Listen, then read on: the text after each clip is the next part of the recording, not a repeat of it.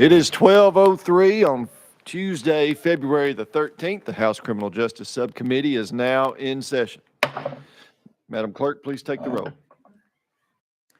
Representatives Davis, here. Fritz, here. Gillespie, here. Hardaway, Howell, here. Halsey, here. Johnson, here. Lamberth, Catholic. Moody, here. Russell, here.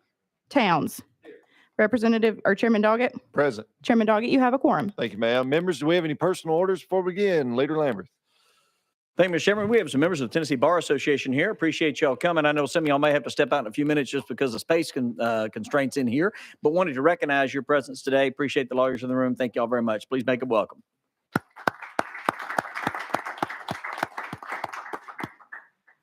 All right. Any other members? Personal orders? Seeing none, we'll go to our Sergeant of Arms, Mr. Tyler Muniz, for our weekly words of wisdom. Good afternoon, everyone.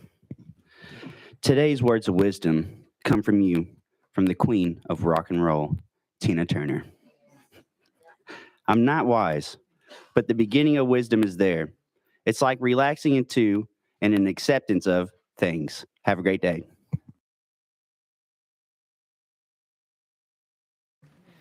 Thank you very much. All right, members, before we begin, we've got a policy in here, so if there's an open seat, we ask that you find an open seat. If not, we'll have to clear this back wall.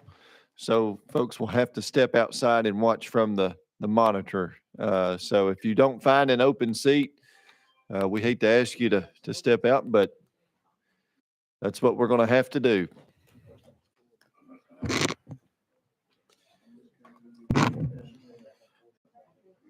Members, we'll go to item number 7, House Bill 1600 by Representative Williams. That bill is going to be off notice.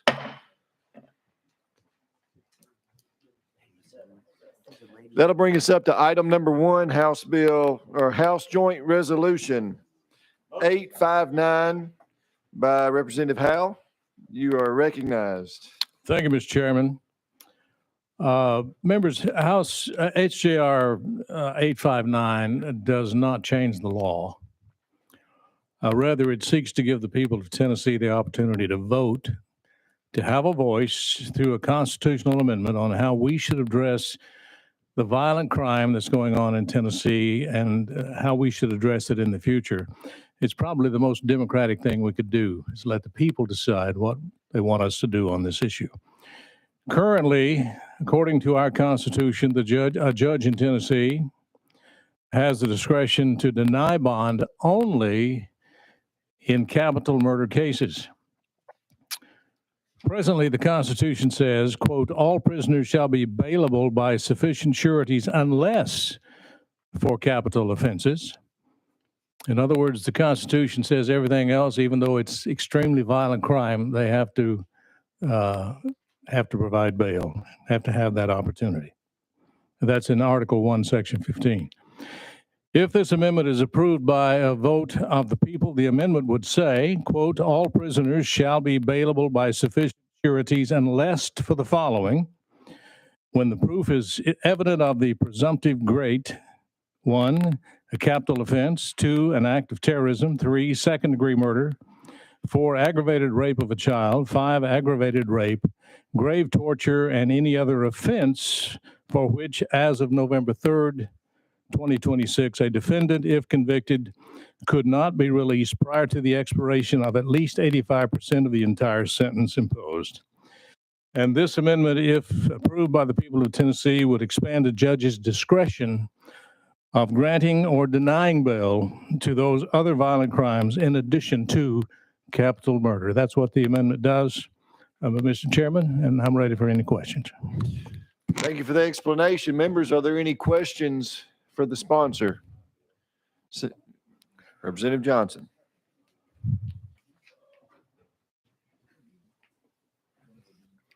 Just want to clarify some things. Don't judges already have the right to request that large bail? Not according to the Constitution that I just read. It seems like it's already happening, though. The Constitution says they cannot deny bail on Right. anything other than capital murder. They're, they can offer bail, but they can't deny it for the other crimes. Okay. What about this part? Is there something that says that more things can be added onto this after this first vote and this first year? That we have until November 3rd, where they could keep adding crimes to this amendment? Mr. Chairman, as far as I know, nowhere in the code is there a definition that is all encompassing to describe what a violent crime is. So that would leave it open for the discretion of the judge to decide if that violent crime is egregious enough to deny bail. I believe what I read in the proposed amendment, any other offense for which as of November 3rd, 2026, which I believe is when the amendment would be voted on, a defendant, if convicted, could not be released prior to the expiration of at least 85% of the entire sentence imposed. But can this amendment be modified by this body to add more crimes before that date? Mr. Chairman, After our votes? could we defer to legal on that? We can. We'll go out of session, hear from legal services. Michelle Fogarty, Office of Legal Services. Are you asking if the HJR can be amended? Yes. Or if, as written after it's passed, does it automatically change to add more crimes? It references offenses for which, as of November 3rd, 2026, the defendant could not be released prior to the expiration of 85% of the sentence. That the statutes that deal with release dates could be amended to change an offense to require service of 85%. Is that what you're asking? Yes. So that statute could be amended. If it was amended before the date of November 3rd, 2026, then that offense would apply, would be captured by this language. Before the vote. Correct. Isn't that what that date is? I'm sorry, I don't know the election date. I don't know the election date. I'll have to look that up. But I assume Okay. that's the date of the election in the year of 2026. Okay, thank you. Any other questions for legal services, Representative Towns? Chairman, thank you. Legal, how does it apply to people that are already incarcerated within the system prior to this? If it becomes a law, will that 85% be retroactive, or would it start and go forth? It would only apply to offenses that were required to be served at 85% as of November 3rd of 2026. Okay, very well. Thank you. Any other questions for legal? Seeing none, we're going to go back into session. Representative Johnson, you have any other questions for the sponsor? All right, Leader Lambert. Thank you, Mr. Chairman. And to the question that was asked earlier to the sponsor, I did just want to echo what the sponsor said on this. I mean, the only offenses that you can be completely denied a bond right now are the ones that he indicated. And the only ones I've ever actually seen in court are when it's a capital offense in which the state's case is compelling. Now, the bond amount can be higher. The conditions can be more onerous depending upon the person's background. And I mean, just as we've debated in this committee before, that bond amount can be higher or lower depending upon the specifications of that individual, but it has to be an individualized assessment, and you have to grant a bond. You just can't hold someone without bond. To me, I will tell you, just I support this fully. I'm obviously signed on to it.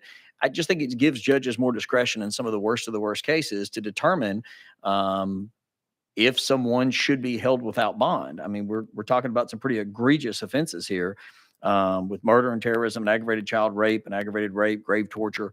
And with it, and it does give, it seems, a little bit of latitude between now and when the vote will be taken, so that everybody knows exactly which crimes we're talking about. So, I mean, as legal said, I mean, this body could decide what crimes, but before the people voted, they would know exactly what crimes we were talking about, and it would be limited to that and nothing more. So I think it's an important step forward for the safety of our state.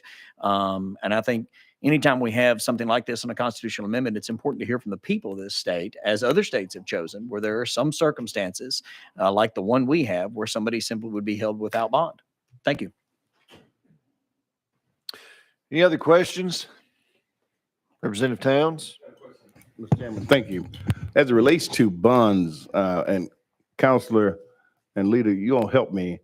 As it relates to the bonds itself, originally I thought bonds were designated to allow people to have an opportunity to get out and help gather evidence to defend themselves. Is that not a part of the history of bonds for people? Thank you, Mr. Chairman, and my friend, we've served together a long time. All I can give you is the best answer of what I've seen in Please. practice.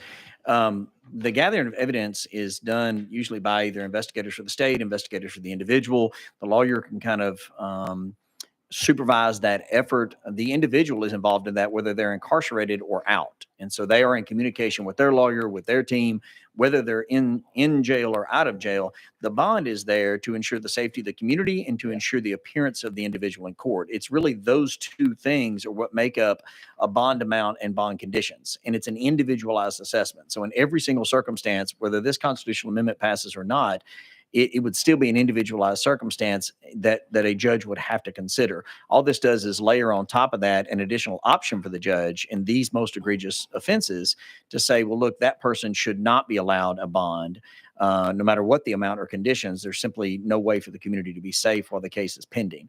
But regardless of which, they're innocent until proven guilty and will be intricately involved in gathering that evidence. It's a matter of whether or not they have bond or don't. Thank you for that, Mr. Chairman. Yes. Okay. Thank you for that. Also, as it relates to bonds themselves, you have been with the history of it. Aren't they supposed to be a set where a person can have the financial wherewithal possibly to go in and pay their bonds? Because I've seen some bonds that are really high, probably rightfully so. But what about how do we address that for those that want to get out and be able to pay their bond to go and defend themselves that may not be a risk to the public? How do you address someone that has and I'm just giving a number, you worked in the system, somebody that has a $5 million bond. I mean, the average citizen can't pay a $5 million bond or $1 million bond. So do you have bond or not because you can't pay it? You just can't pay it. So If you don't mind. I don't mind. So again, in my experience in the system, the bond cannot be artificially set high so that a person cannot make it. Excuse me. Bless you. Thank you. So the bond cannot be set at a rate or an amount. Sorry about that. At a rate or an amount that is set purposefully to make sure someone can't get that. If a judge does that, they will get overturned. It is supposed to be an individualized assessment based on their criminal history, based on the charges they're facing, based on the risk they pose to the community, and based on, have they showed up in court before? Do they have previous failure to appear? I mean, it's literally for the safety of the community and to ensure their appearance. But if you have a judge out there that is artificially inflating bonds or setting bonds on a schedule where everybody that comes in with a certain offense is going to face a $5 million bond, that's absolutely unconstitutional. Quite frankly, would be under this proposal as well. You just can't do that. It's an individualized assessment, and it's supposed to be the least restrictive means necessary to, again, ensure the safety of the community and the appearance in court. This just says in some of these instances, there would be no bond in these particular categories. Right. Mr. Chairman, thank you. Thank you, Leader. Chairman Howell. Thank you, Mr. Chairman. Sometimes it helps to put a face on some of these things. And I don't think anybody in Tennessee would deny that we don't have a crime problem, a violent crime problem. But just as recent as, this is just one of many, many, many examples. June 8th of 2023, a Chattanooga man was free on a reduced bond for second-degree murder and had been released from custody for 2 weeks before he committed another homicide. Had a judge had the discretion to deny bond, that victim might still be alive. Here in Nashville, a mother and daughter were murdered by the defendant after he was released on bond after an arrest for aggravated assault and false imprisonment. The same scenario applies. If the judge had discretion to deny bond or set it high enough to look out for the safety of the Tennessee constituents, those two people may still be alive as well. So I think this constitutional amendment is a step in solving the problem, giving discretion to the judges to deny bail when appropriate, and the defendant has been charged with certain serious felonious offenses. And I would ask the committee to approve it. Thank you for that. Any other questions or comments? Seeing none, we're now voting to send House Joint Resolution 859 on the full criminal. Those in favor say aye. Aye. Those opposed? The ayes prevail. If you wish to be recorded as a no, please see the clerk. You move forward. Item number 2, House Bill 1522 by Representative Hardaway.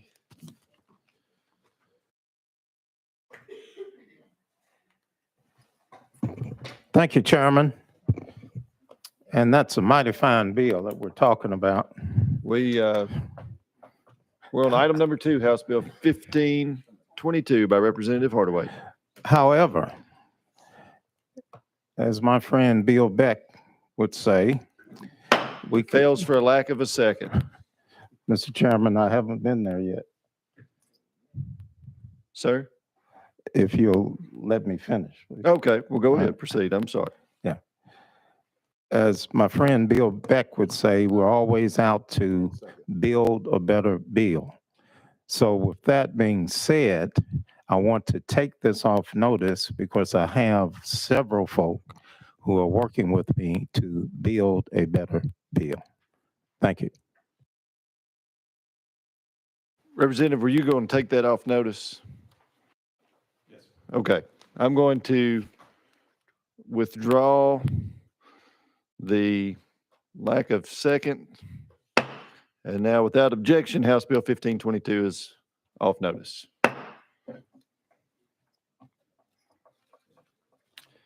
Item number 3, House Bill 1718 by Representative Gillespie. Thank you, Mr. Chairman. I request, if it's okay with the committee and the chair, to roll this bill 15 spaces. Without objection, roll 15 spaces.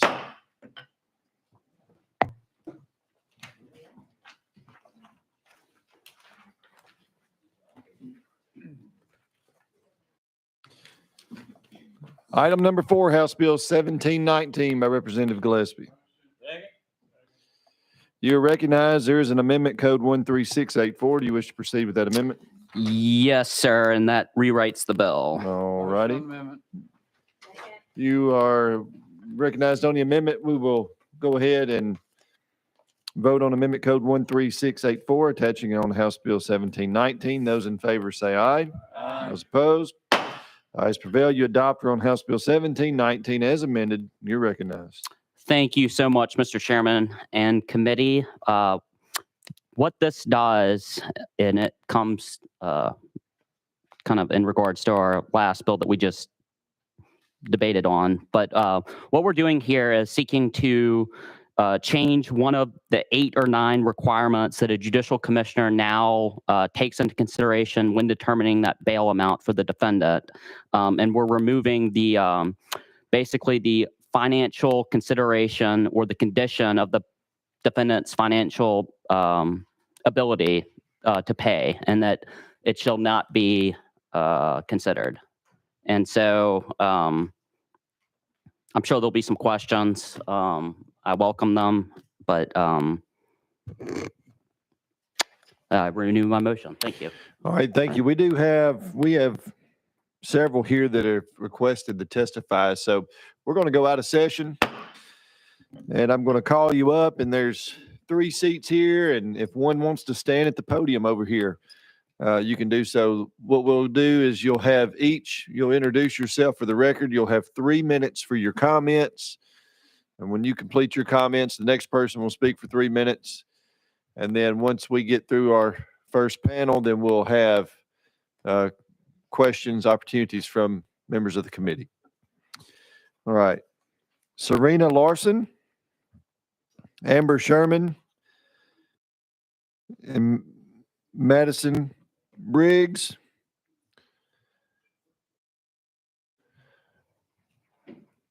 Josh Spickler, do you want to, you're the fourth one, you want to? Yes. Okay, all right. So that's our first 4.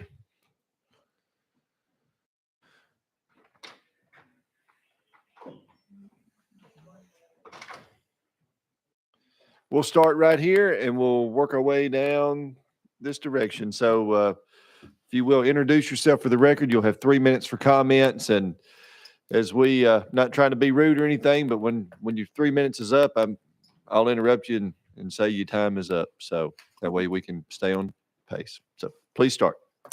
Thank you. Good morning. My name is Amber Sherman. I'm here to speak as a subject matter expert on bail and my own lived experience. My academic thesis on the unconstitutional bail practices has been studied at several institutions such as the Kansas School of Law, and I presented on the subject matter several times as well as being published currently. The reality of this bill is that it will cause harm to Black folks who already don't have money for bail. As of December 31st, 2023, the Shelby County Correction Center, also known as 201 Poplar, was overpopulated by 43 people. The jail is nowhere near empty, and the myth that crime is high because there aren't enough people in jail is not true. And legislation like this does nothing to address the actual material conditions in places like Memphis that are causing crime. In my research, I talked about the psychological effects of bail. After 24 hours, most people have lost their entire livelihoods for being accused of something, but not being convicted of something. After 72 hours, they are 3 times more likely to plead guilty and take a deal to get out of jail, even though they are innocent. And a national study of attorneys said that over 70% of their clients plead guilty to crimes they didn't commit to get out of jail because fighting for their innocence was just too expensive. I know firsthand what that pressure feels like as someone who has experienced the pretrial jail system. And I know what it's like to lose job opportunities because I've been charged with something that's on my record, but not a conviction. But because I chose to not take a deal, it took me over a year to actually clear my name and go through the court process from the case to be dismissed, essentially. Representatives have also touted talking points that bail laws need to be changed because of a revolving door of crime. This is not true, and the data seconds that as well. The head magistrate, who this would affect, judicial commissioners, Shelby County Judge Bill Anderson reported to the Shelby County Commission just a few months ago that recidivism has decreased from 11% to 7% under the changes that were made in Shelby County for bail that required folks have an actual bail hearing and be seen in front of a judge.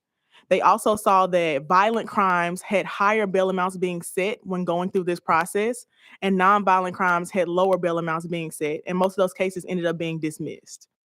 This bill is unnecessary and harmful, and I implore you to protect our constitutional rights to bail and vote in opposition. Thank you. Next.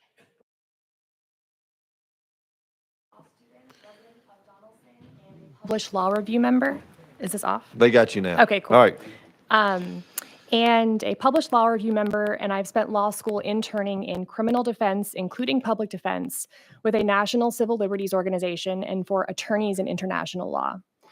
HB 1719, that removes a judge's obligation to consider a defendant's financial condition when setting bail, not only appears to violate the Constitution, but the United States' obligations under the International Covenant on Civil and Political Rights. But today I will stick to the Constitution. Before we dig in, I want to remind you all of a few things. Tennessee has experienced a rise in pretrial detention year over year since 1991, and half of those detained in state county jails in this state are there because they cannot afford bail, when they have a presumption of innocence and a right to liberty. The United States is the most incarcerated country in the world per capita. The people of the US have a fundamental right of liberty and a presumption of innocence when charged with a crime. Finally, the US Constitution is the law of the land. No state is above it, That includes Tennessee, and no state may infringe upon the protections ordained in it without answering to an Article III court. As for the bill at issue, a public defender will assure you little, if any, bail factors as they stand are already on an indigent person's side, making the existing bail factor scheme questionably constitutional at best, if at all. Now to the 3 constitutional issues that I found. The 8th Amendment expressly prohibits, on the face of the amendment, excessive bail, excessive fines, and cruel and unusual punishment. And as reported by the U.S. Commission on Civil Rights, citing U.S. v. Salerno, a Supreme Court case, judges cannot impose excessive bail, and that pretrial detention is to be the carefully limited exception and liberty the norm. Those are the Supreme Court of the United States words. That's the law of the land. By not considering a defendant's financial condition when setting bail, the state of Tennessee suggests to make pretrial detention the norm. The Supreme Court has said you cannot do that. That is the law of the land. Finally, well, 2 more. The 14th Amendment Due Process Clause requires a compelling interest for laws that impose pretrial detention. What compelling interest does Tennessee have to deprive people of their liberty through a paywall? Respectfully, what a representative opines is a compelling interest does not mean that one exists at law. Finally, the 14th Amendment Equal Protection Clause has repeatedly rendered post-conviction incarceration unconstitutional when imposed due to a convicted defendant's inability to pay a fine. How then is it possible to defend HB 1719 that would impose a harsher, already unconstitutional paywall to the liberty of an indigent defendant when they are presumed innocent?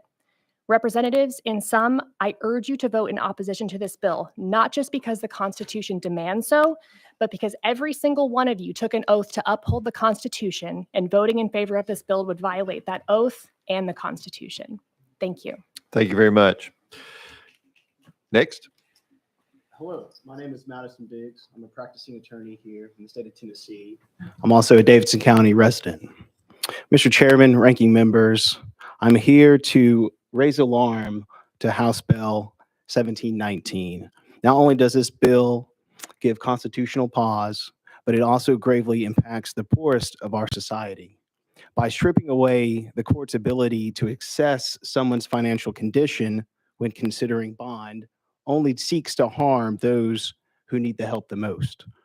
The bill notes that given the number and breadth of additional factors, there would still be plenty of opportunities left to fairly adjudicate a person's bond. However, that is not always the case. Many of the bond factors fall very short of being fair and objective. For a person that is homeless or unhoused, it is hard, for example, to identify their length of residence in the community.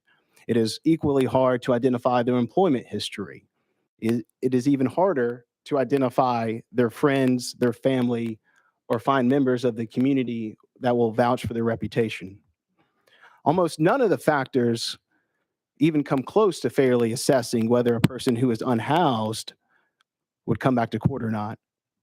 And without considering the financial condition, it is unlikely that an unhoused person would ever make bail. They would sit in jail until they pled guilty. What this means in practice is that our county jails will be full of folks who simply cannot afford to make a bond. And the sponsor's own county, Shelby County, will be one of the ones most impacted. In fact, did you know that Tennessee is the fastest growing state for pretrial detention? The Sycamore Institute reports that local county jails housed more than 15,000 individuals on pretrial detention. The Tennessee Department of Corrections reported as early as last year of December that over 57% of incarcerated persons were in jail waiting for trial. A third of those were just misdemeanors. Members, my point here is simple. Removing the required consideration of a person's financial condition from the bond factors will only serve to further the desperate impact the system already has against the poor, and it will continue the growing trend of people sitting in jail innocent until proven guilty. Thank you. Thank you very much. Thank you, Mr. Speaker. My name is Josh Spickler. I'm the Executive Director of Just City in Memphis. I'm also an attorney licensed to practice in Tennessee. Every job needs the right tool. You can't saw a 2x4 with a drill. You can't drive a nail with a saw. The job of our pretrial release system, our bail system, is to figure out who needs to be detained and who doesn't. We have those tools. Many of them are listed in the statutes that you're debating changing today. Judges use tools like risk assessments, financial conditions, criminal history, the facts of a case to make a detention determination that is as unique as the person standing before them.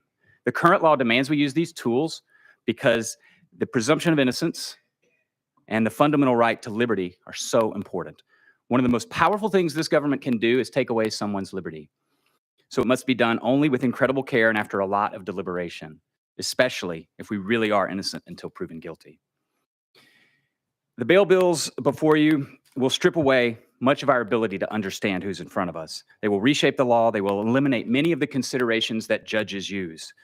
They rely on them, and to replace them with a one-size-fits-all approach would be the wrong tool. People will be deprived of their liberty. Jail populations will soar. Budgets will too. Crime rates won't change because of this. In an attempt to make our community safer in Shelby County, we refocused our process so that it complies with these laws you're thinking of changing. We began to have individualized hearings. We brought prosecutors and defense attorneys into the process very early on, and we gave judges more information, not less. The result, Ms. Sherman gave you some of those numbers. But with regard to violent crime alone, before we made these changes, 2% of people who are out on pretrial release were then charged with a violent crime. Since we made the changes, that number is down to 1.5%. That's a remarkable success rate. These are the results you want. You want a closer look. You want fewer people being rearrested while they're out on pretrial release. You especially want that for violent offenses. Almost no one in Shelby County, 1.5% of people on pretrial release is charged with a violent crime while out on bail. That's remarkable. It's what you want, and it's happening because we're using the correct tools. Please don't take those tools away from us. Thank you. Chairman Halsey, you have questions. I did. Thank you, folks, for being here today. I appreciate that very much. And whoever wants to answer this is okay. You're correct. The Constitution says you can't have excessive bail. I have a hard time in my head putting that together. If burglary, for example, just a standard burglary, nobody's home, go in the house, break in, steal stuff. If the average bond for that is $5,000 and you have two suspects that you've arrested, I always thought in my head excessive bail would be if you set the bond at $50,000 rather than $5,000. But you feel that it's improper to set $5,000 for man A who can pay it, but not man B who would struggle to pay it. Is that what you're saying? I would say the excessive comparison comes down, Mr. Chair, to the individual. So you would assess the individual's ability, financial consideration. So a man who makes $20,000 a year versus a man who makes $60,000 a year, if you use the very same bond for both of them, you're saying for man A, it's excessive. Well, looking at all the bond factors, all 8 factors, and considering financial condition, a magistrate would have to analyze a person's financial means along with the other factors to then decide on what monetary amount should be reasonable. Okay, thank you. Yes, ma'am. Yes, and to add,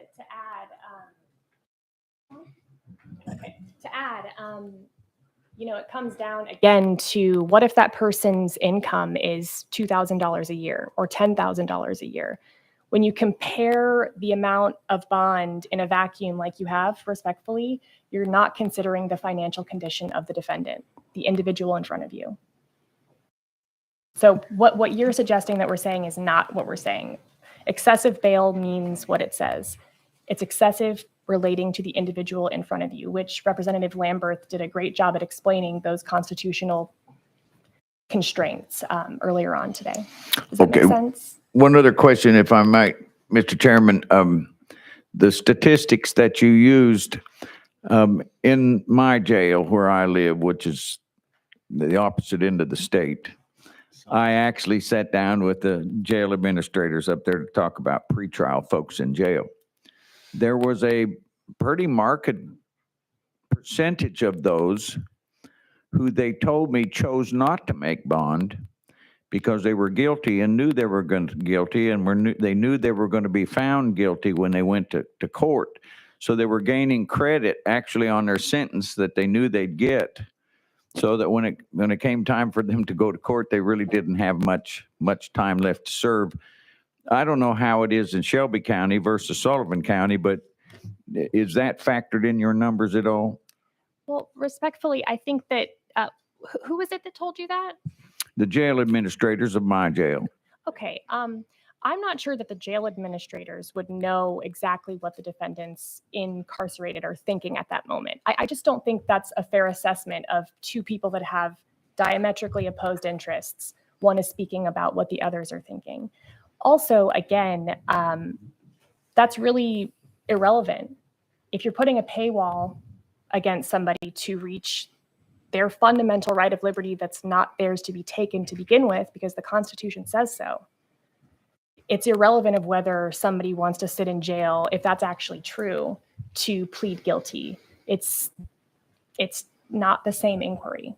And so I haven't factored that into this because the issue at stake is that we are removing the individualized assessment that every person in this country is due from the Constitution.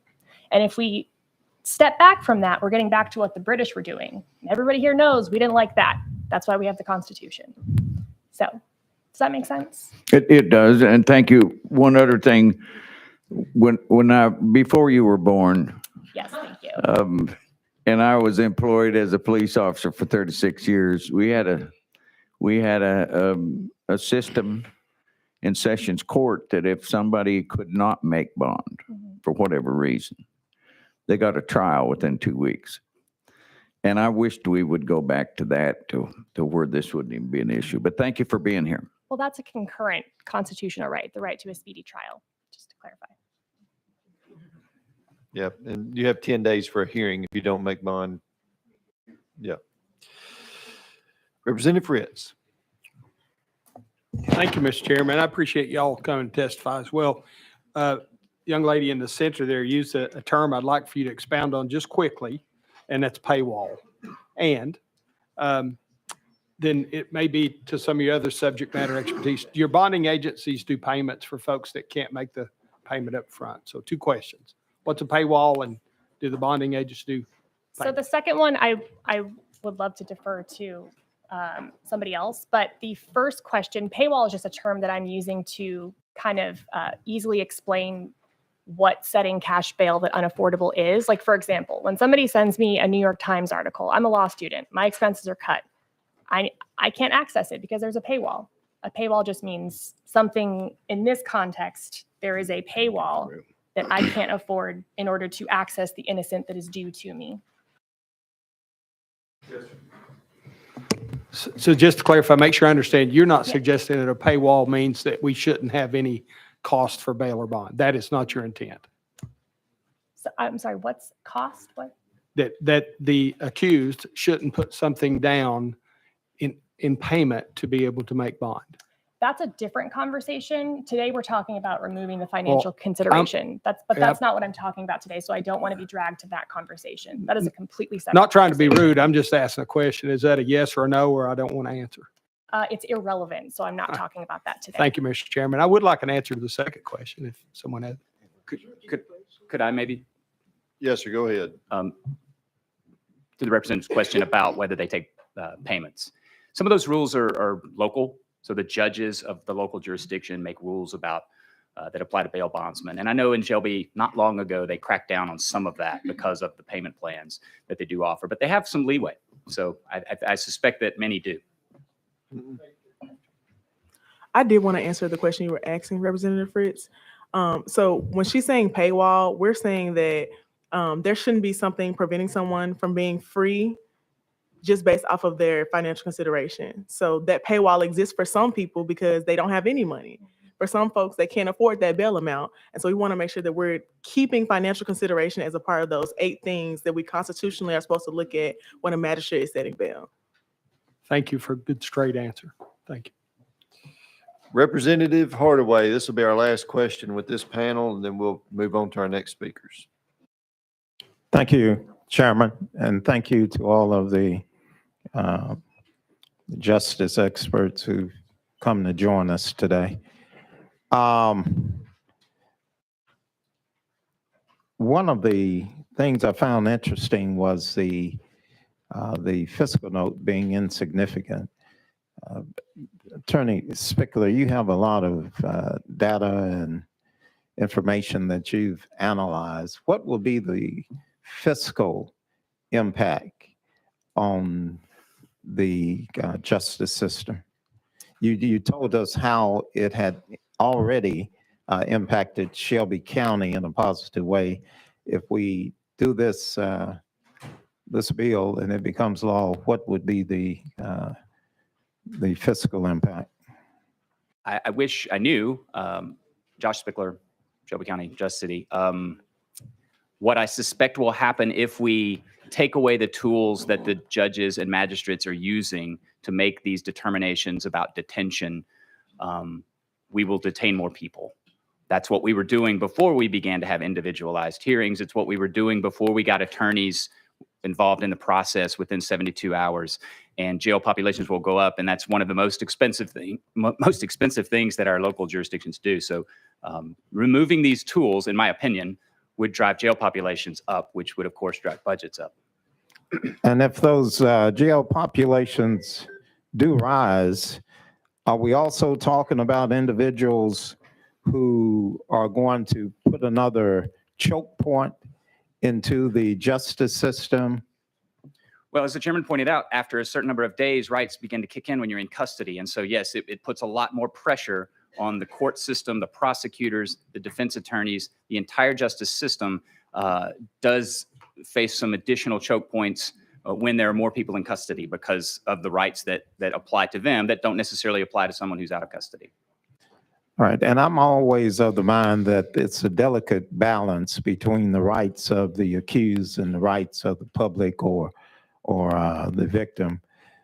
If we're looking at equality being written into the law, and then equity and how it's applied,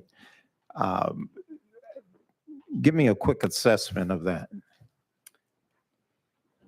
Well, again, as I said in my remarks, this is the most powerful thing a government can do, almost, is deprive us of our liberty. And so the Constitution was written to protect that above most other things. And the rights that we're talking about have been there since day one. Many of them are also included in the Tennessee Constitution, which we talked about amending earlier.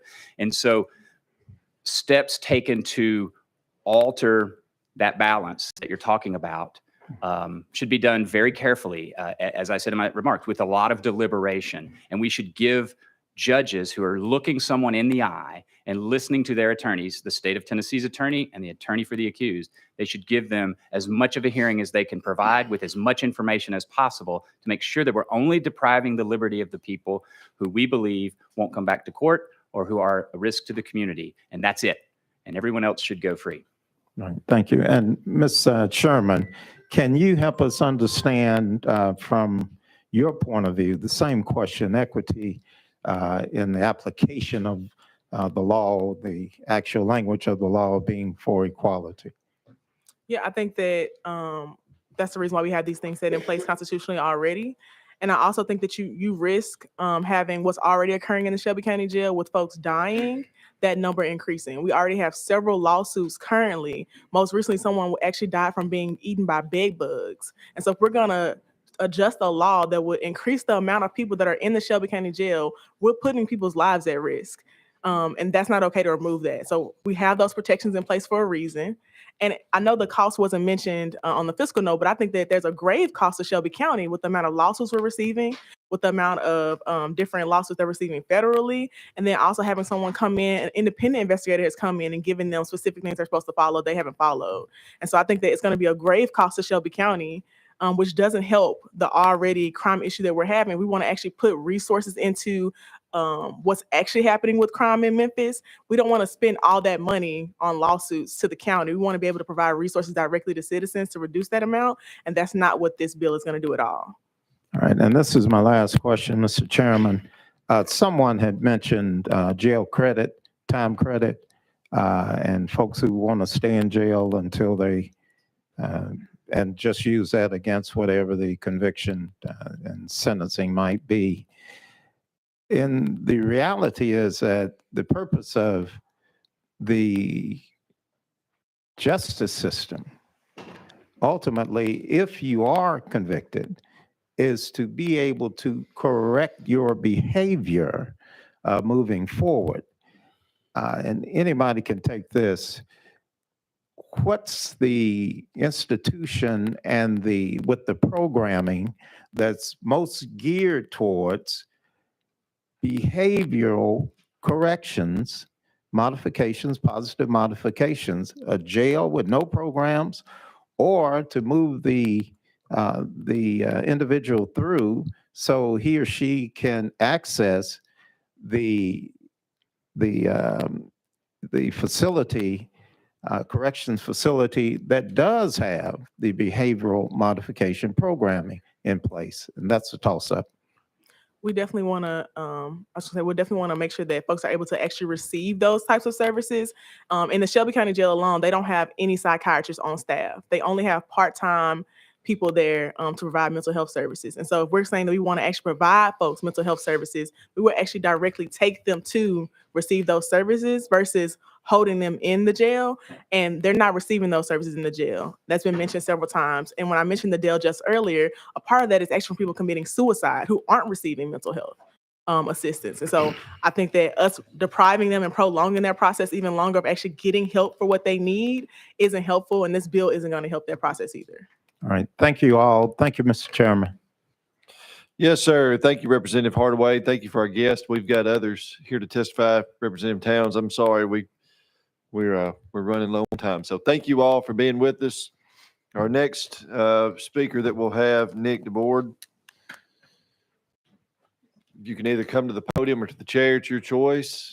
Push the button on the microphone, introduce yourself for the record. You'll have 3 minutes for comments and then questions from the committee. Thank you, Chairman, and to the sponsor as well, and the rest of you up here today allowing me to briefly speak on this issue. My name is Nick DeBoard, and I'm the Vice President of the Tennessee Bail Association. I come here today in support of House Bill 1719. This bill boils down to a matter of public safety, and that's exactly what this does. In Tennessee State Statute 4011-118, there are a number of criteria a judge or magistrate must look at in determining the proper bail amount. Currently, those factors include the defendant's employment status, employment history, and financial condition. In fact, these three factors are collectively listed as the second consideration on this list. We are not insensitive to the fact some individuals cannot post bail due to their financial condition. However, Tennessee law already provides a solution to a defendant who has a bail set which is outside their financial condition, namely a bond modification. If the defendant can demonstrate through evidence that the bond has been set beyond their reach, then they are able to petition the court for a bond modification or a bond reduction. This process protects public safety and ensures that no defendant remains in custody if they truly cannot afford their bond, because it is a process where the defendant can demonstrate either that they are not a risk to public safety and therefore the bond is unjustifiably high, or that the bond is beyond their reach financially and a lesser amount is justified to ensure public safety. A bond ensures public safety by ensuring that a defendant appears as required by the court, and we agree with the maker of the bill that removing the term financial condition from the list of considerations for an initial bail determination removes the often misunderstood concept that a bail or bond must be set within the financial means of the defendant, because all too often the family, friends, and community contacts of the defendant surround the defendant with love and responsibility to post the bond. It is this community of support and accountability which ensures public safety and appearance. Again, we are not insensitive to the realities of a bond, and we ask that you are not insensitive to these realities as well. Anytime an individual is charged with an offense, there is a reasonable suspicion or probable cause for that arrest, and there are consequences for those actions. Bail shall be set as low as the court determines necessary to reasonably assure the appearance of the defendant in court. This consequence holds accountability on behalf of the defendant as well as the bonding company to the court. If defendants are released on their own recognizance or to an entity such as a community bail fund strictly based on their financial means, there is no accountability. These entities have no arrest powers or financial responsibility to pay the bonds off on the defendants they are responsible for if needed. Therefore, I ask for your support in House Bill 1719. Thank you for that. Any questions, members, for our guest? All right, seeing none. Oh, time out. Representative Hardaway. Thank you, Chairman. And thank you for being here, sir. Be honest with you, I wasn't sure where you were going, on which side of the fence you would be on. So you're saying that right now there is a fault in the law? Thank you for your question. Yes, right now, if a defendant gets arrested and has a bond set, and if they feel that it is too high, they are able to petition the court for a bond reduction in front of the judge if they see that, if that's necessary. If that's what you're asking. Well, I was asking what the negatives are for leaving the status quo versus passing the bill into law. Well, I think it depends on, it's a case-by-case scenario. And like Leader Lambert said earlier, it's an individualized circumstance in which they have to be evaluated. And it has to be a reasonable bail based to ensure that a person's appearance in court. If they cannot afford that and they cannot get out within a reasonable time, 24 hours, 48 hours, they are able to petition the court. And that's the current law? Yes, sir. And that's working? In my opinion, yes. All right. Thank you, sir. Representative Chairman. Towns. Yes, sir. Thank you.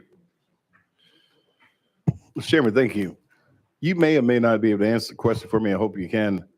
Of those people that may find their bonds extremely high, are you all tracking what percentage of those people are taking advantage of the system and trying to petition to have it reduced? Do you have any numbers relating to that? Thank you for the question. It's hard to say. When a person, sometimes a person may get set a extraordinarily high bond when not necessary.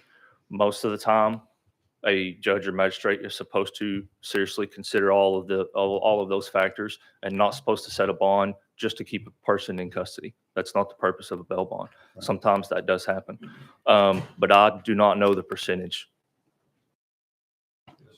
Mr. Chairman, along the same lines, I don't know if there's somebody here may have those numbers coupled with the numbers as it relates to, you know, the increase that we have found in places like Shelby County, Davidson County, and so forth when these bond laws change. So they've been changed over the last 4 or 5 years. Does anybody in your profession track this information? So when guys like us ask for it, we can have some good numbers. Can you ask me that question again, Representative? Well, I'm looking for data as it relates to the first question I asked you.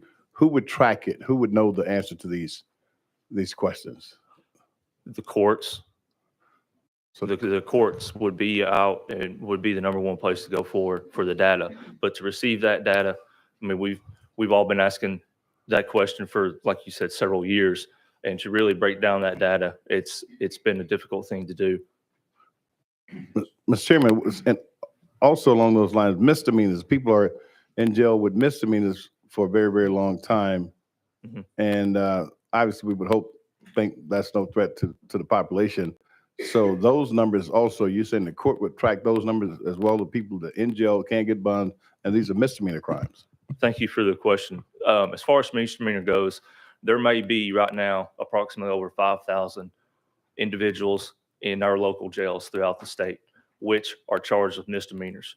But if you break that down, if you go to Knox County and you print off the roster and you look at every individual who is charged with a pretrial misdemeanor charge, and you find out if they are actually eligible to make a bond or not, then the percentage goes significantly down. Most of the time, you're going to have individuals that are going to have a hold for child support. They're going to have a hold for another county or another state. They're going to have an additional felony charge with that misdemeanor. Violation of probation is one of the biggest ones, along with that pretrial misdemeanor charge with why they cannot get out. Finally, Mr. Chairman.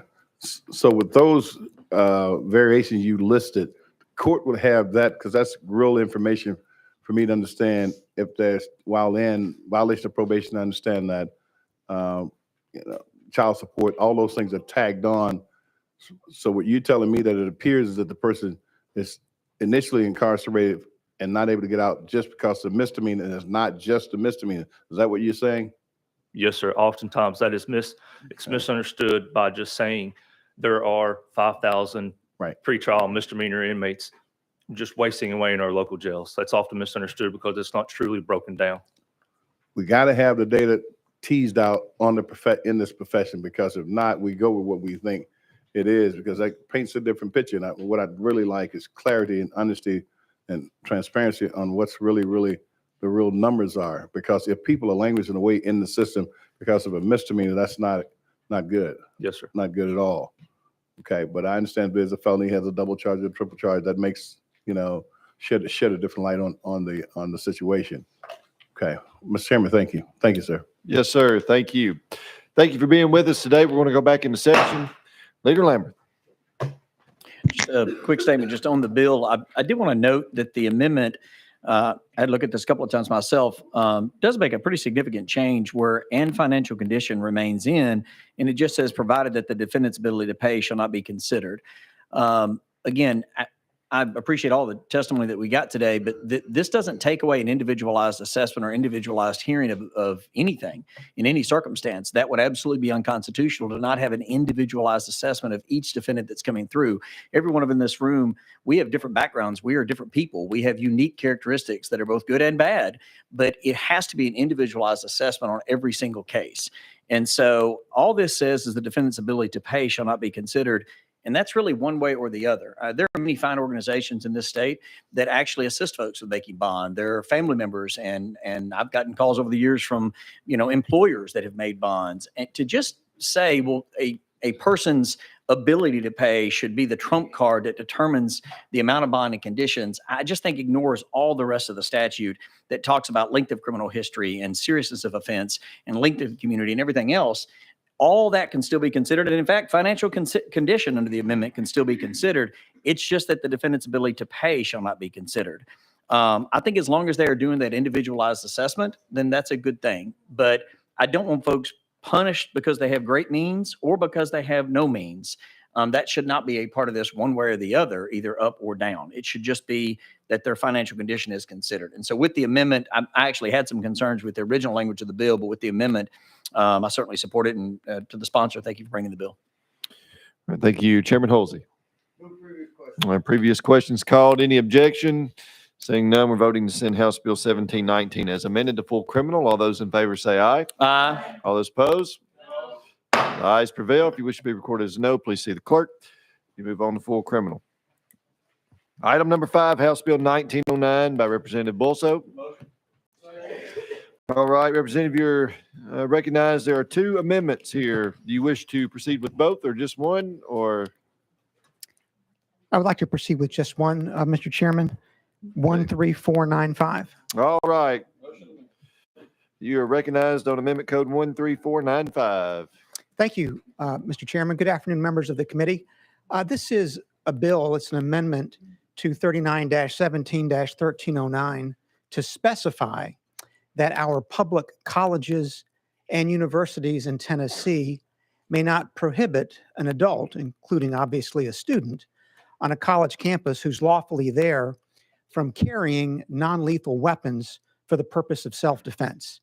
Non-lethal weapon is defined in the bill as a pepper spray gun, a stun gun, or other electronic control device. With that, Mr. Chairman, I'm ready for any questions. All right, thank you. That is the amendment code 13495. Let's vote on attaching this amendment, and then we'll pick up questions after that.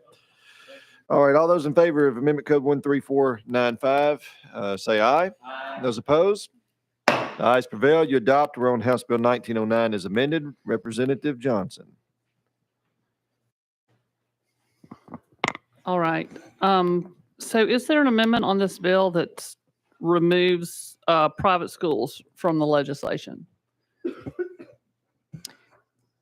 Yes, the amendment that we are voting on, or considering right now, relates just to public colleges and universities. Okay, how come private? I'm just curious why private is excluded.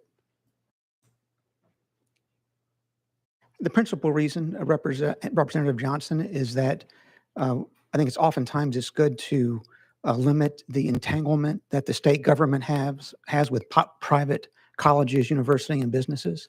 And so this particular piece of legislation is directed just to public colleges and universities, and to allow private colleges and universities to effectively govern themselves, much the way our current code does with public schools and private schools K through 12.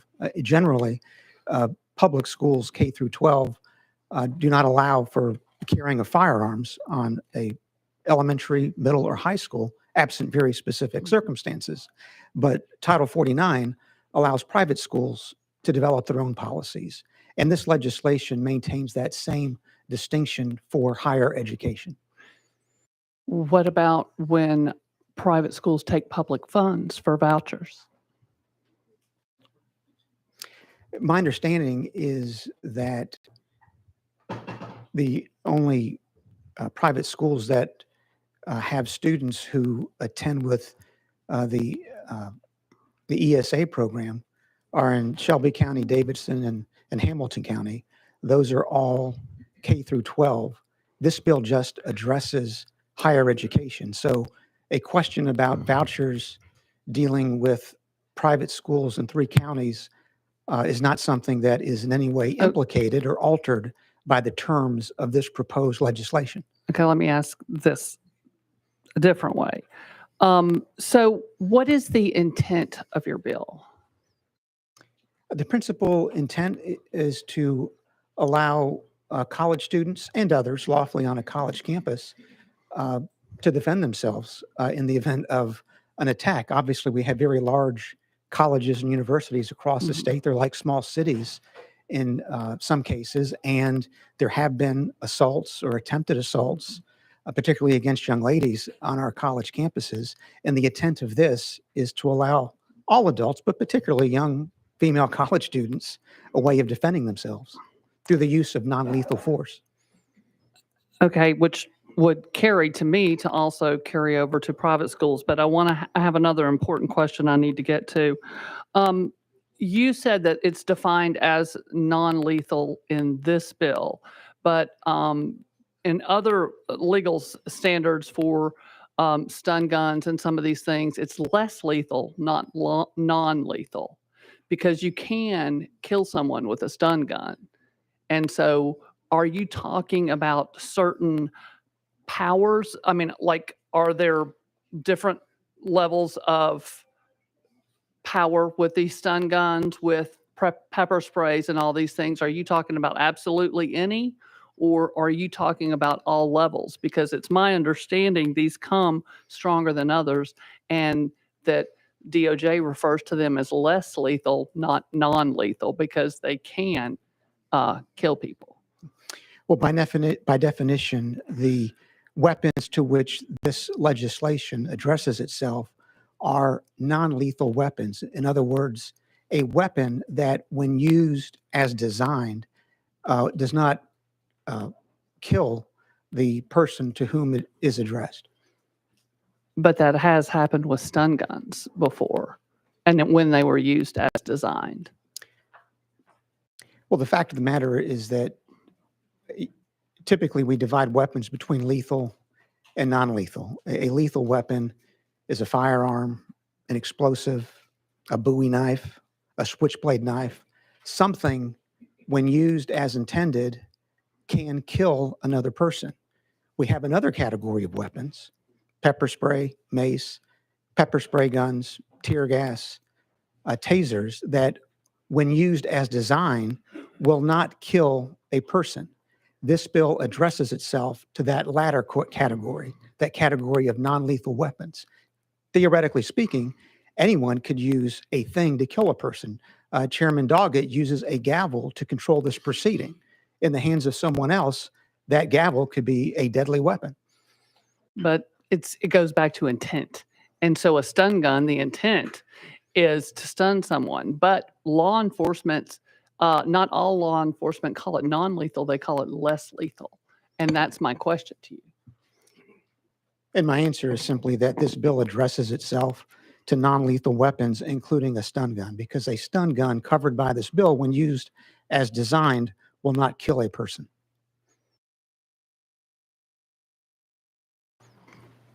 But they have. So have gavels. When used by police officers, are you telling me they use them incorrectly? No, I am not saying that any police officer has used a stun gun incorrectly. Thank you. Representative Hardaway. Thank you, Chairman. I'm not a lawyer, so I'm have to ask questions like the typical layman, the typical citizen. So that last exchange, it just seems simple to me. If a weapon can kill somebody, anybody, then it's not a non-lethal weapon if it can be lethal to anyone. So I can understand when the representative said less lethal, and it made sense to me. And I assume it doesn't make sense to the lawyering part of you that's responding to us. But I don't want to debate that with you because you're not going to change my mind. I know folks, I know constituents who have suffered from what you call non-lethal. I know constituents who have had health conditions which are aggravated and actually we've had deaths from non-lethal weapons. So what I want to get to, though, Mr. Sponsor, is the sense of entanglement. I'm trying to figure out why those young folks and staff and visitors to the private colleges are assumed to be in a safer environment to where they don't need the say-so of the government that would mandate that they be allowed to carry these weapons. And the answer, Representative Hardaway, is that our current law actually recognizes a distinction between public and private institutions when it comes to the use of weapons. That distinction is written right into 39-17-1309. That code provision generally prohibits the use of firearms, for example, in public schools, K through 12, even colleges and universities. But that same statute leaves up to private institutions their right to design their own firearms policies. And this bill simply tracks that already existing dichotomy in the statute. So the distinction is about a category that's already in the law versus what, in my mind, if they're taking public dollars, and we have lottery scholarships and other monies that we give students to attain a higher education, those are public dollars.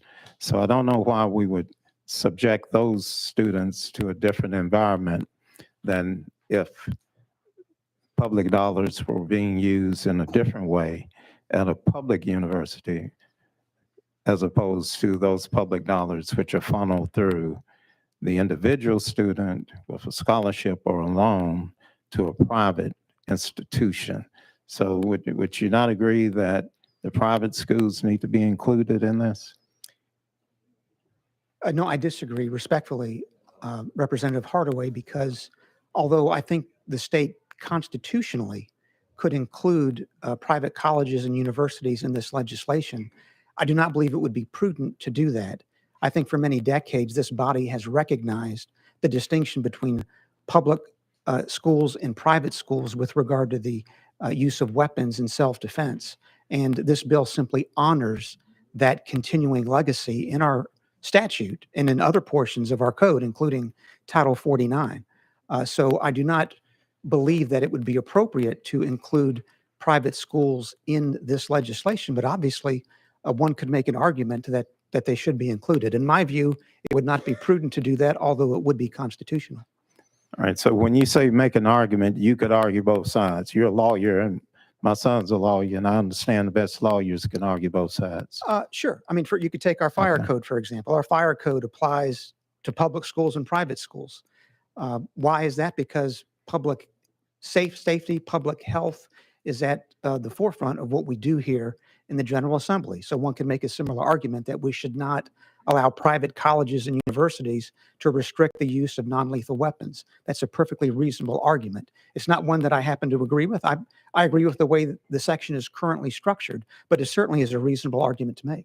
All right, thank you. Thank you, Mr. Chairman. I'm not sure whether we're saying that the Constitution and our statutes are in conflict or whether, I'm not sure where we ended up on that. So I'm going to have to vote no on your bill. Thank you. Thank you, Representative Davis. Thank you, Mr. Chairman. And to the sponsor, just a couple of questions. So in the amendment, it removed taser from the original bill, correct? So that now it's just pepper spray, pepper gel, mace, those sorts of things. Well, it does include an electronic control device within the definition of non-lethal weapon. Okay. And so that's maybe a more technical definition than taser. So the original bill, I think, used the language for taser. We've taken that out, and this refers just to electronic control devices. Thank you. And so as a member of the public, in a lot of cases, or I believe this to be accurate, that law enforcement, the types of equipment and things that they have versus what's available to the public are different and vary. So those stun guns would have different levels of ability based upon the fact that law enforcement would not want the public to have the same sort of equipment that they do. Is that a fair question? It's a fair question, and that may be true, Representative Okay. Dennis. Well, the other thing too, I wanted to make sure that, you know, in the amendment, you provided several exemptions where those institutions that were carrying those non-lethal weapons, you made it clear that where armed security were present or where there was someone carrying that, they're prohibited by contract. So, for example, like in Knoxville, Neyland Stadium or Thompson-Boling Arena, those places, we would not be able to carry those things in because there's already security present. Is that accurate? It's accurate, but there's a nuance. This particular piece of legislation just prohibits a university from excluding certain types of non-lethal weapons at, for example, Thompson-Boling Arena or Neyland Stadium. The University of Tennessee could allow those types of non-lethal weapons on its own. What this says is that if you're the University of Tennessee or the University of Memphis or East Tennessee State University, you are able to prohibit non-lethal weapons in those types of arenas if you want to. This leaves it completely in their discretion. Thank you. Thank you for that clarification. I appreciate it. Leader Lamberth. Move previous question. Question's been called. Any objection? Seeing none, we're voting to send House Bill 1909 as amended on the full criminal. All those in favor say aye. Aye. Those opposed, ayes prevail. You move forward. If you wish to be recorded as a no, please see the clerk. Thank you, Mr. Chairman. Thank you, committee. Item number 6, House Bill 1858 by Representative Davis. You're recognized. Thank you, Mr. Chairman. Thank you, committee. This bill comes from the Secretary of State's office, and it makes some updates to the Safe at Home program, which was enacted in 2019. The bill amends language in the statute to alleviate some of the burdens on victims and their children that are entering that program or wishing to renew their status in the program. First, it allows participants to enter the program using an address that they are currently residing in or at if it has never been disclosed on a legal document. This helps those addresses for a victim who has escaped from an abusive relationship and has gotten a new address prior to applying for that process. So that way they don't have to move again. Just as long as they have that address, not anywhere on any sort of legal document or record. The bill also allows participants to renew their status in the program directly with the Secretary of State's office rather than having to go through that reapplication process through a local application assistant. So it's helping to streamline that reapplication process for them. Additionally, the bill protects children of participants who turn 18 during their parents' time in the program to apply and remain in the program with their parents' renewal. So they can just be a co-applicant on that renewal process. And this bill helps to ensure victims and their families who count on that Safe at Home program for the safety and can easily navigate the process of entering the program and remaining in it. And so I stand ready for questions, Mr. Chair.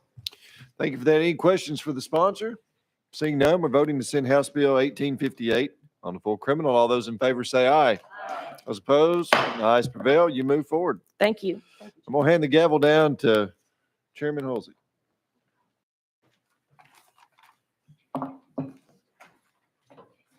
Thank you. We're moving to item 37, House Bill 2692. There's a motion. Second. Motion is second. Chairman Doggett, it shows an amendment if I'm looking at the right piece of paper. Yes, sir. Amendment Code 13437. That's what I have. Is there a motion on the amendment? Motion and a second. We're voting on attaching 13437 to House Bill 2692. All in favor, say aye. All opposed, nay. Ayes have it. The amendment's on the bill.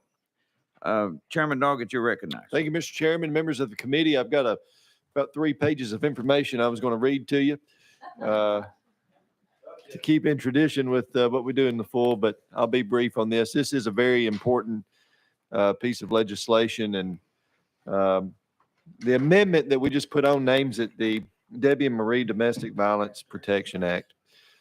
We've heard stories earlier today about some domestic violence things that were referenced, but what we are looking at doing here, GPS on those offenders who are charged with aggravated domestic assault.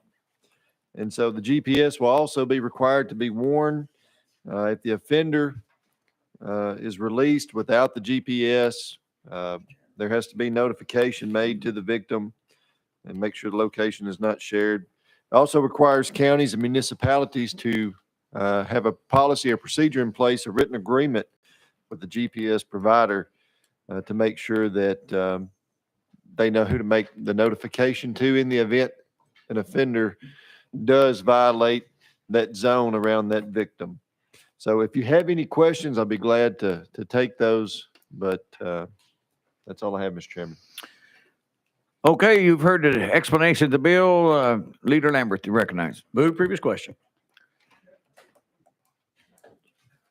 Withdrawn. Representative Hardaway. I'm calling Benny Hinn for you. Thank you. I'm not sure if somebody's got a remote control on my chair or what's going on there. But to you, Chairman Doggett, this bill is one of the most consequential pieces of legislation that we're going to pass, and I mean that pass this year. Domestic violence, stalking, sexual assaults. When we have victims who are fearful for their lives of where they end up being imprisoned voluntarily by holding themselves in the house while the accused, and sometimes it's a repeat offender, roams free, is unjust. The GPS monitoring will allow the accused to still go about not their regular business, but necessary business whether it's, and this would be assessed by the court in consultation with the victim on educational opportunities, medical needs, and employment, et cetera. So I thank the sponsor for the bill, and I know that Judge Carter is looking down and he's celebrating. So thank you very much. All right, Leader Lambert. Move previous question. Previous question been called. We're voting on House Bill 2692. All those in favor say aye. Aye. All opposed, no. Ayes have it. Bill passes on to full.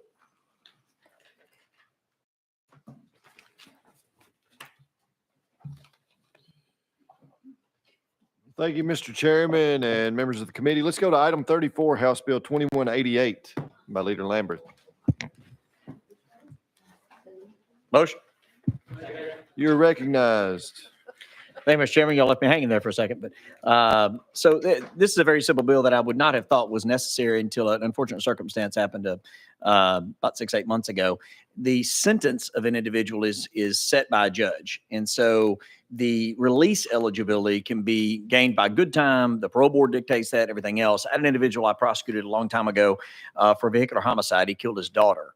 And he had 4 prior DUIs. His blood test was 3 times the legal limit. He got a 22-year sentence at 30%. That was before we changed the percentage.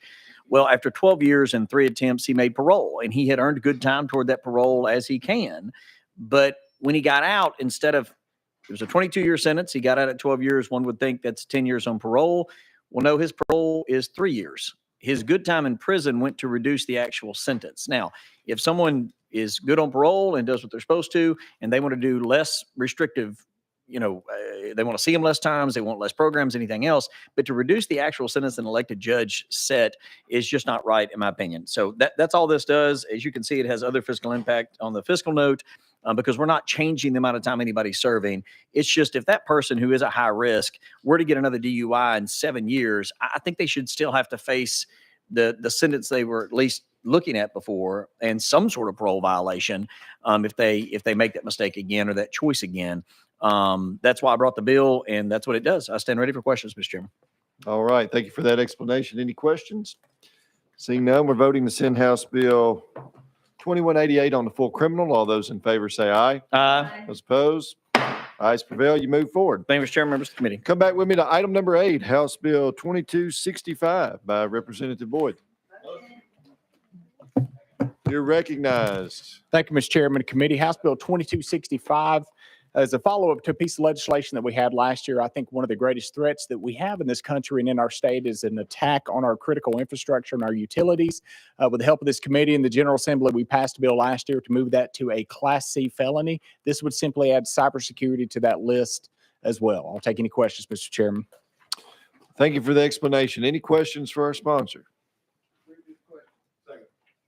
All right. Questions been called. Any objections? Seeing none, we're voting to send House Bill 2265 on the full criminal. Those in favor say aye. Aye. Those opposed? The ayes prevail. You move forward. Thank you, Chairman. Committee. Yes, sir. Thank you. Ma'am. I'm looking here on the calendar to see if we've got any other members in here that I see some. Is he? Let me look, see who was in order. All right. Representative Barrett, come on up. House Bill, item number 14, House Bill 2205. You're recognized. Address an issue that we have with municipal courts in Tennessee that have general sessions jurisdiction. They're required by law to provide funding or provide an ADA.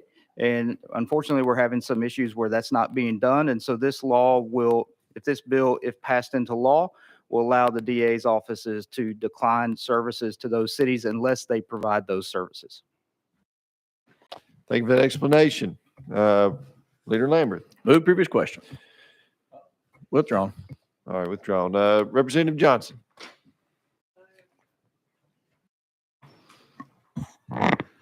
One question that I heard from attorneys who came to my office was that they already do this. So could you address that? Yes, Representative. The reason for the bill is the DA's conference is having issues with certain cities that are refusing to pay. They're either not paying for the cost of an ADA to serve that court, or they're refusing to provide or hire an ADA to serve that court. So the only way to be able to really enforce that is to give the district attorneys the authority not to send someone to that court to cover it. So we're essentially giving them the authority to back the city into a corner to either pay or provide someone to work that court.